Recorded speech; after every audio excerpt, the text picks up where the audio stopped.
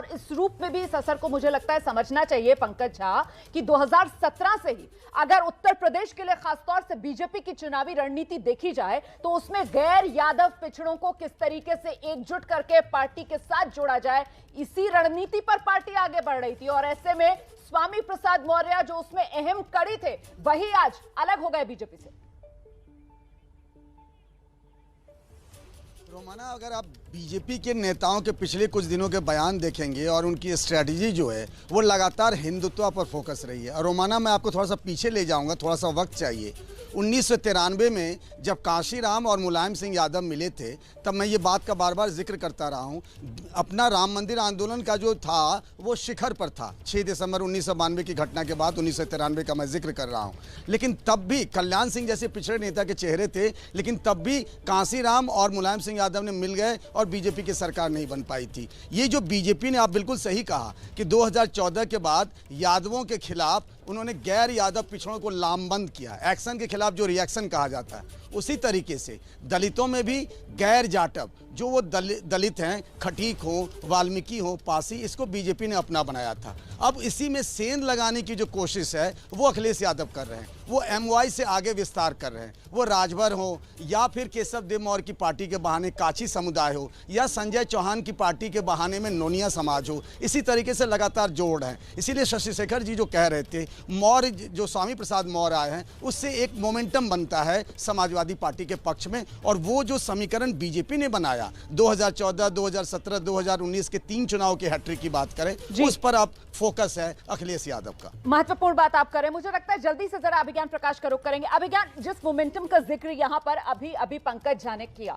और लगातार आप और मैं जब इस शो में चर्चा करते हैं तो आप इस मोमेंटम का जिक्र करते हैं कि वो वोट स्विंग आएगा कहां से समाजवादी पार्टी के खाते में जो वो बीजेपी को टक्कर दे पाए। क्या आपको लगता है कल भी जो सी वोटर का आंकड़ा था उसमें फासला वोट शेयर के हिसाब से 9% का समाजवादी पार्टी और बीजेपी के बीच नजर आ रहा था? आज जिस तरीके से केशव प्रसाद मौर्य छिटक कर गए, और नहीं भूलना चाहिए उत्तर प्रदेश में अगर पिछड़ा समुदाय की बात की जाए तो फिर यादव कुर्मी के बाद सबसे बड़ी कास्ट यही मौर्य कास्ट, तो क्या यहां से वो कवर अप करती हुई समाजवादी पार्टी नजर आ रही है? देखिए, बहुत लंबे वक्त से मैं कह रहा हूं अब तो कि 7 से 8% का पर्सनल पुल खुद से खींचना होगा अखिलेश यादव को।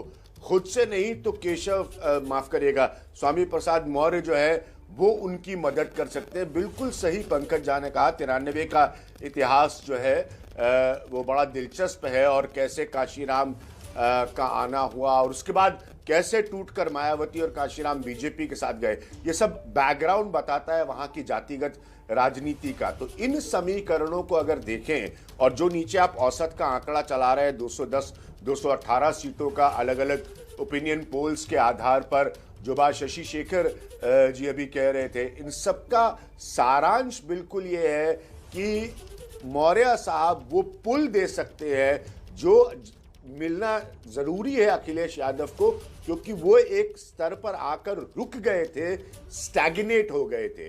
बीजेपी अब तो बिल्कुल स्पष्ट है, ये औसत का जो आप आंकड़ा दिखा रहे हैं उसमें अपनी ओरिजिनल पोजीशन से 100 सीटें नीचे है। तो ये वो नेसेसरी पुश हो सकता है जिसकी अखिलेश यादव को जरूरत है। मैं एक बात जरूर कहना चाहूंगा, मैंने केशव प्रसाद मौर्य का ट्वीट थोड़ी देर पहले देख रहा था। सबको पता है, पंकज झा तो खुद आपको बताएंगे कि स्वामी प्रसाद मौर्य बात कर रहे थे, जाने का इशारा कर रहे थे। ये अब पता नहीं क्यों केशव प्रसाद मौर्य ट्वीट कर रहे हैं कि अरे जल्दीबाजी में गलत फैसले हो जाते हैं। बीजेपी अभी तक कर क्या रही थी? ये तो अमित शाह जो रणनीतिकार है 2014 के, उन्हीं के प्रयोगों को अपनी तरह से अपना रहे, दोहरा रहे अखिलेश यादव। ये सब लोग उत्तर प्रदेश में और कोई भी पॉलिटिकल ऑब्जर्वर्स हैं वो सब जानते हैं। तो मेरी अभी तक समझ में नहीं आया कि बीजेपी किस बात का इंतजार आप बड़ी बात कर रहे हैं सर। और देखिए, आज जब मीडिया के सामने आए स्वामी प्रसाद मौर्य तो उनकी तरफ से कहा गया कि साहब मुझे व्यक्तित्व के अनुरूप सम्मान जिसकी बात कही गई थी वो मिला नहीं।